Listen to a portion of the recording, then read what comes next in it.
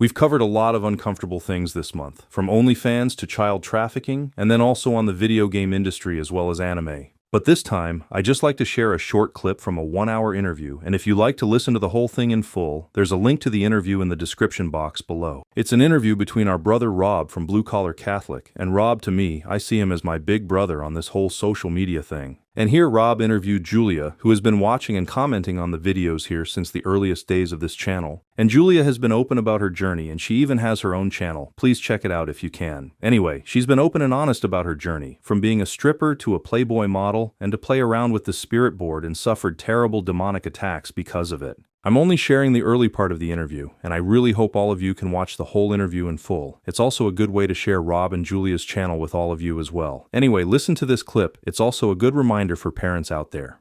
College was a hard goal to go for, but I just went for it. And my parents said, if you want it, you'd have to do 100% on your own. And I, out of rebellion and anger, I was said, I'm going to prove you wrong. I'm going to do it. I'm going to make it. And I always wanted to be an actress, and I wanted to do that too. And my mom said, that's for whores. Everybody who's in that industry is a whore. And I said, I'm going to prove you wrong. I'm going to make it. So in my mind, those were two things that, I was like, I am going to make my own life. I can't depend on my family to support me, to believe in me, to speak life into me, to back me up. So I am on this on my own. And I was just angry.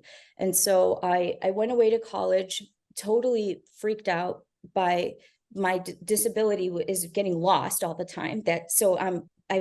I've grown up in this small world of 35 people all the way up to 12th grade, and never being exposed to rock and roll music, never being exposed to liberal mentality. So it was a wake-up call to go out on a college campus and have all these options, the change and the difference of being completely sheltered to being completely on my own in a whole new world. So I just ended up meeting a guy that was a predator. He encouraged me, you're beautiful. And I had met another girl that was a stripper on campus, and she said, well, you could make money doing this. And my boyfriend at the time wasn't jealous about it. He said, yeah, you should do it. And so I ended up entering into a contest.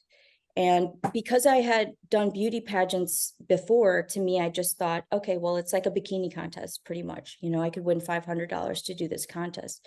So I ended up entering in this contest at the strip club and winning the contest. And then they kind of tricked me, because the strip club is owned by the mob. Every strip club I've ever worked at has been owned by the mob. And you won the $500, but you only get $250 now, and we're going to give you $250 on your first day of work. It's not fair. And they said, yeah, it's not fair, honey. Out of anger, I said, I'm going to get the rest of my money. And so I went in and got the $250. And then they said, your first night of work is free house. You don't have to pay any fees. And I made so much money. I didn't even stop to go to the bathroom. I couldn't believe it. And here I am, now being on stage, and people are worshiping me. So it was like a drug for me to receive that affirmation and confirmation, and it's a party environment. I mean, it's fun. I went from studying, working hard, going before school, after school for all these classes, and here I am. Everyone's like, honey, we don't care if you know math. What? I can be celebrated for me? And I like to wear makeup. I like to wear fancy clothes. So I was like, I can lean into my natural, instead of suppressing everything and feeling guilty for everything. I was like, the enemy's just like, go for it, girl, go for it. And I'm getting rewarded. It was a club that was only like $10 dances. So for that club, it was pretty good. I think I made around $3,000. I never had looked at that much money in my life. And it was sitting in my hand. And I just remember having so much anxiety leave my body, just holding the money. And I said, I will never, ever be afraid of being on the street, because my dad said, when you're 18, you're on your own. And he kicked me and my brother, who was a year younger than me, out and just said, don't look back. And so I literally was in fear all the time of, I'm going to be on the street. I'm going to be on the street. I don't know what to do. And I'm not naturally gifted in the things that where you can elevate, with college and all that stuff. So I was like, what does a person like me do if I don't have like what everyone else has. So when I was stripping, I actually was modeling too, but I was doing a lot of bikini work and stuff. And they said, well, you should enter in this contest called Hawaiian Tropic. So Hawaiian Tropic used to do this huge pageant in Hawaii, and it was an international pageant that they would get people from all over the world to compete in. And it was a big, big deal. And so I entered on a local level and I won, but you have to enter like 5 or 6 locals and then keep going back and winning. And then once you win the local, you can get your state. And so I won the state, and then I ended up getting a free trip to Hawaii, and Playboy was out there as one of the judges. And so I didn't win.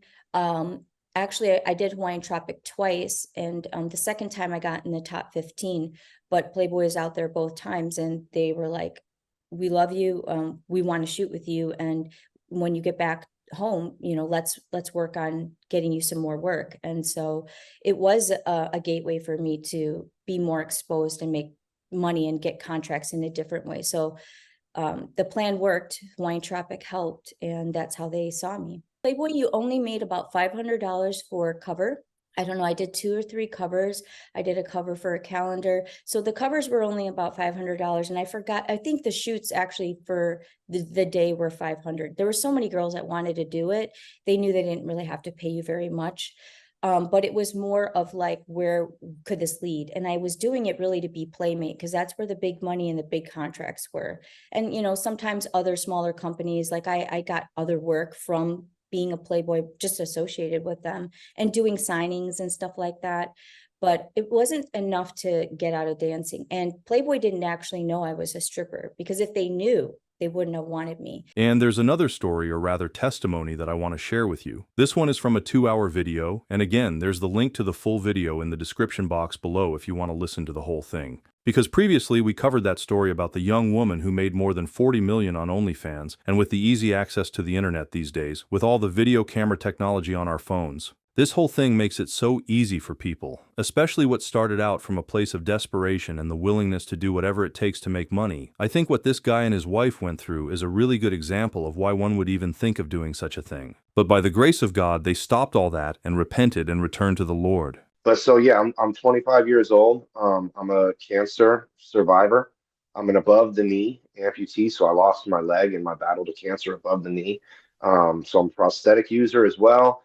Um, I'm a father and a husband and a follower of Jesus Christ, most importantly. Um, it's been 13 months now that I've been saved and that I've been on my faith journey with Jesus. Um, and before those 13 months, I was previously an actor in the adult film industry, in the OnlyFans industry, as well as a director, a producer, um, a talent manager. Um, my wife was as well. And so I was really deep into that industry, a lot deeper than I ever thought I was going to be honest. But I was really deep into that industry for about 3 years. That's what I did. I'll be starting a new job soon, selling prosthetic legs, but it's only been about a year since I lost my legs, so I'm still kind of learning how to adjust to that, and I've been learning, but things are going really well. It's been tough for sure to overcome having one leg, but I mean, I think it was something that was a lot easier than probably people would think, because Jesus has been in my corner with me. He's given me the strength to wake up every day and to walk, even though I don't have a leg. He's given me the courage. He's filled my heart with gratitude and patience. And so, even though I don't have 2 legs, I thank God every single day for my one healthy leg that I do have, and I thank Him for my prosthetic leg. I thank Him for my life and my 2 working lungs. I thank Him for my 2 beautiful sons that I have. And so, I'm truly, truly blessed at this very moment. But yeah, it was 2020 when we started. I've been working at Home Depot, like stocking shelves for a couple years. My wife was stay at home with the baby, and she was in school. She was studying to be a teacher, funny enough. And we had a young baby, and we lived with my mom and dad, and we were not doing super well financially. Just very like bare minimum. We were making enough money to like kind of pay for our groceries. We would give my mom and dad a little bit of money to stay there, and I mean, other than that, like we could barely even afford to put gas in our cars, you know. So we were just kind of that typical story of not really doing well financially. 20 years old, I'm married, I have a young baby, and I'm working at Home Depot, barely making any money. And I'm kind of, as a young man, still kind of in that blameful mindset, I guess, just like, you know, like God's not blessing us. Like I've got to take my life into my own hands because God's not going to do anything to help my family. Um, which is just kind of like that typical arrogant young kid mindset, right? Like not being grateful for the things you have or recognizing the work that he is doing around you. Yeah, I just really was focused on worldly things and my lack of, honestly, our lack of money, and that stuff really just kind of is what initially fueled some of our decisions. Also at this time, as we were struggling for money and wondering where our big break was going to come from, we my wife and I were both influencers on Instagram and on TikTok, and we were bodybuilders. We loved working out. We were both in great shape, and we would post content on social media trying to pick up um, pick up followers and pick up sponsorships via our bodybuilding content. That was going really well for a while, and especially for my wife, that was going really, really well. She was blowing up like thousands of followers every day, and so we were starting to like really get on that side of things. We were starting to see like, okay, well, yeah, it looks like she's really got something going here. She might actually really take off. And so we decided one day to do kind of a deep dive into her analytics and see what was, helping. She had picked up some sponsorship. She was selling leggings for some companies and selling sports bras and have like a discount code. And she would go post her videos and follow my discount code and go pick up this pair of leggings, but she wasn't selling anything. Like nobody would buy the stuff that she was trying to sell. And so we did a deep dive on her analytics one day, just trying to figure out like, okay, you're getting tons of followers, your content's getting tons of engagement, but why aren't you? What's wrong here? What's the disconnect? Why aren't you able to sell anything? So we ended up going and looking at her analytics, and we discovered that 99% of her followers was men between the ages of 19 and 40. So 99% of her following base was men, which is why she wasn't selling anything.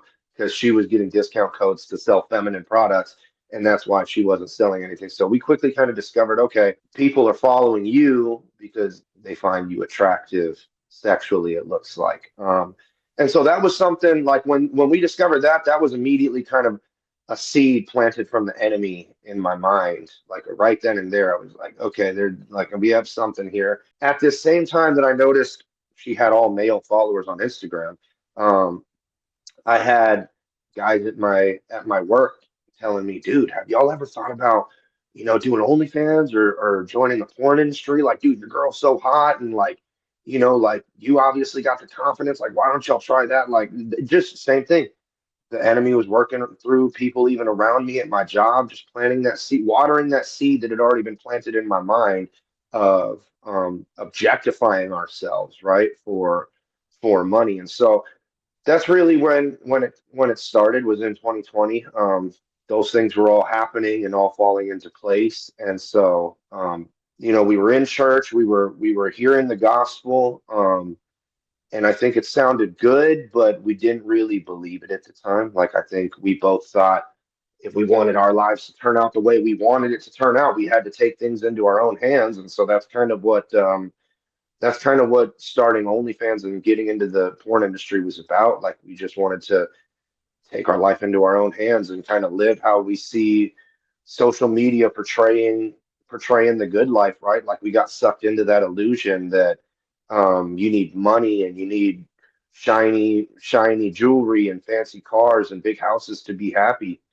All those things were kind of falling into place at this time. And so my wife and I, we sat down one night and I was just telling her like, hey, like here's the deal. Like if we started OnlyFans, I mean, we would obviously make pretty good money. Like you've got all male followers, you're blowing up. If we want to live a life where we don't have to work a corporate job, or if we want to live a life where we can be financially free, I think this is our shot.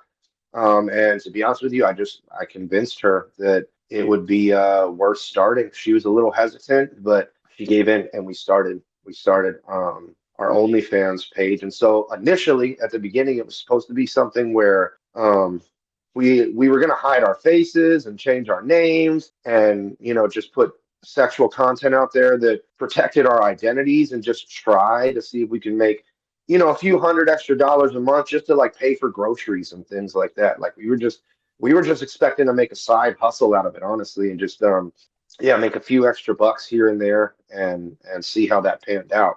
Well, within 2 months of starting our page, I was quitting my job.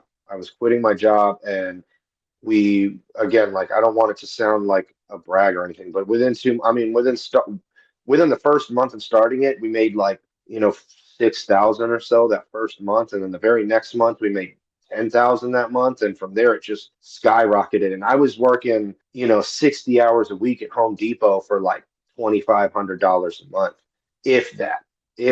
And so now suddenly we were working like 2 hours a week, and we were making nearly 10K in a month. So again, it was like the enemy just letting things fall into place, like that's like really the only way I can describe it. I mean, it just took off for us right there. So I quit my job and invested full-time efforts into this business, and developing it and developing content. And what quickly became something that we were going to do as a side hustle became our main hustle. I mean, in a matter of weeks. And, initially, like I said, we had decided that we wanted to hide our faces and hide our identity, and just try to like make it an anonymous thing. But once it started blowing up, I quickly got a taste of kind of like, I don't know what you would call it, but like the viral life, like the fame life. Like quickly I changed my mind, and I wanted my face to be in it.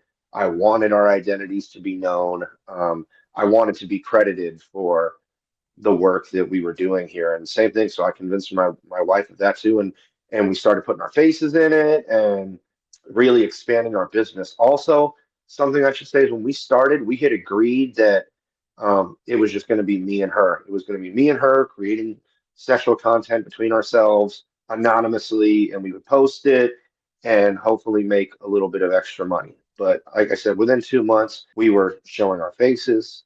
It was not anonymous, and we were making enough money and gaining enough followers that we were already having discussions of, okay, well, it seems like if we want to grow more and more, faster and faster, we're going to have to work with other creators in this industry, and do sorts of collaborations and whatnot to try to continue to grow. So again, within 2 months, we were compromising like our main two stipulations that we had put up in the beginning. So that's really where the whole thing starts. Quickly, it had become our full-time hustle, and it just became something way bigger than I guess we had ever anticipated. Well, thanks for listening to both testimonies. And while both Julia and Thomas and his wife are not Catholic, still for the last part of this video, I just want to share this clip of Father Iannuzzi again for those who are still haunted by their past sins. Listen to this again. So the person here is suffering from past sins, even confessed sins that they believe have not been forgiven or gone away. I would refer this person to the diary of St. Faustina Kowalska, entry number 628, that I can share with you. Faustina relates, one evening, on the evening of the day before my departure to Vilnius, an elderly sister revealed the condition of her soul to me. She said that she had already been suffering interiorly for several years, that it seemed to her that all confessions had been bad. She had doubts about whether the Lord Jesus had forgiven her.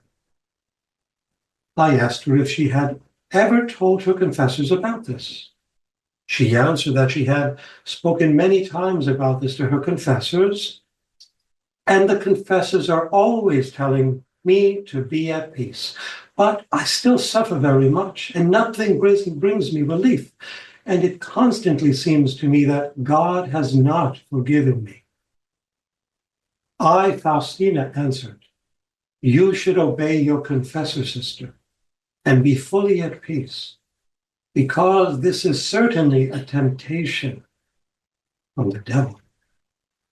But she entreated me with tears in her eyes to ask Jesus if he had forgiven her, and whether her confessions had been good or bad. I answered forcefully, ask him yourself, sister, if you don't believe your confessors. But she clutched my hand and did not want to let me go until I had given her an answer. And she kept asking me to pray for her and to let her know what Jesus would say about her, crying bitterly. She would not let me go and said to me, I know that the Lord Jesus speaks to your sister. Since she was clenching my hand and I could not wrench myself away, I promised I would pray for her. In the evening during benediction, I heard these words from Jesus. Tell her that her disbelief wounds my heart more than the sin she committed. When I told her this, she began to cry like a child, and great joy entered her soul. I understood that God wanted to console this soul through me, even though it cost me a great deal. I fulfilled God's wish. Unquote. Well then, that will be all for the video this time. And as always, thank you so much for taking the time to be here with us. And hopefully all of you have learned so much from this video. And remember, if ever you have any feedback or suggestion, please let us know in the comments below. And from the bottom of my heart, thank you so much for your continuous support, contributions, and prayers. And until the next one, thanks again for watching and may God bless you.